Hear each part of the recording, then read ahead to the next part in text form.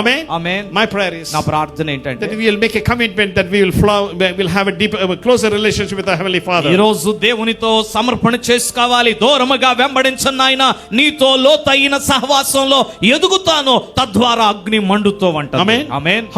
How will the fire that has been ignited in our life be putting down? మనలో రగిలించబడిన అగ్నిని ఎలాగ ఆర్పేస్తున్నామో చూపిస్తున్నాను మీకు. Number 1, ఒకటి, relying on our own strength. మన సొంత బలం మీద ఆధారపడితే మనమే అగ్నిని ఆర్పేస్తున్నాం. Number 2, when our prayer life is sleepy. రెండు, ప్రార్థన జీవితం నిద్రావస్థలోనికి వెళ్ళిపోతే మనమే అగ్నిని ఆర్పేస్తున్నాం. When you're walking in a distance. దూరముగా నడిస్తే మూడవ మాట అగ్నిని ఆర్పేస్తున్నాం. Number 4, నాలుగవ మాట John chapter 18. యోహాను సువార్త 18వ అధ్యాయం.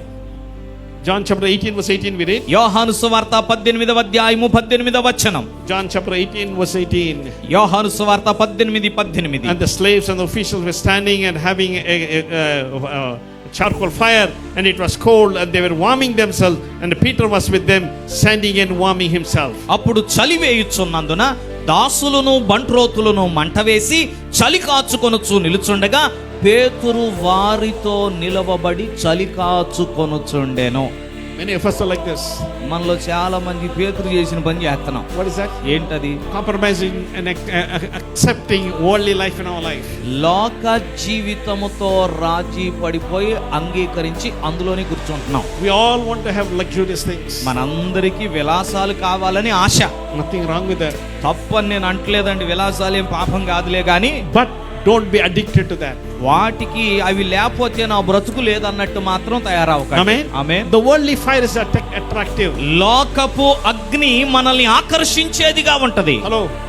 The world fire is attractive. లోకములో ఉన్నటువంటి వేరొక అగ్ని మనల్ని ఆకర్షించేదిగా ఉంటది. Number 2, the worldly fire is addictive. రెండు, లోకములో ఉండే వేరొక అగ్ని ఆకర్షించటమే కాదు, మనల్ని తనకి బానిసలుగా చేసేసుకుంటది. Some people without AC they cannot sleep. కొంతమందికి ఎలాగంటే ఏసీ లేకపోతే ఆ రాత్రికి నిద్రే ఉండదు, మొత్తం రాత్రి అంతా కనిపెట్టుకోవటంలో కూర్చున్నట్టే ఇంకా. Amen. Don't be addicted to the luxurious things. AC లేకపోతే నిద్ర పట్టదన్నట్టుగా వాటికి అంత బానిసలు అయిపోకండి. Amen. Amen. Fire is not just addictive, not attractive, not just addictive. It is also annihilate you also. ఈ లోకపు అగ్ని మనల్ని ఏం చేస్తుందంటే అది మనలని అణిచివేస్తుంది, తుత్తునీలుగా చేసేస్తుంది. Amen.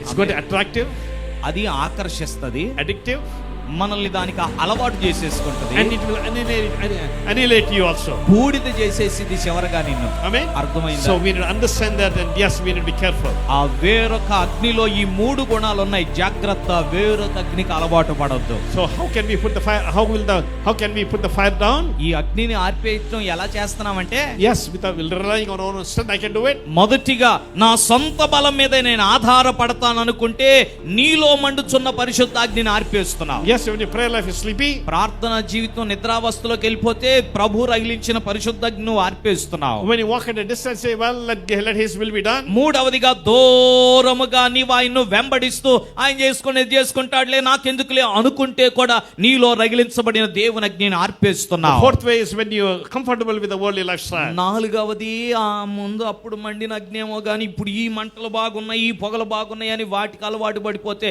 అసలు దారిపోయింది. జాగ్రత్త. The fifth thing is ఐదవది, John chapter 21.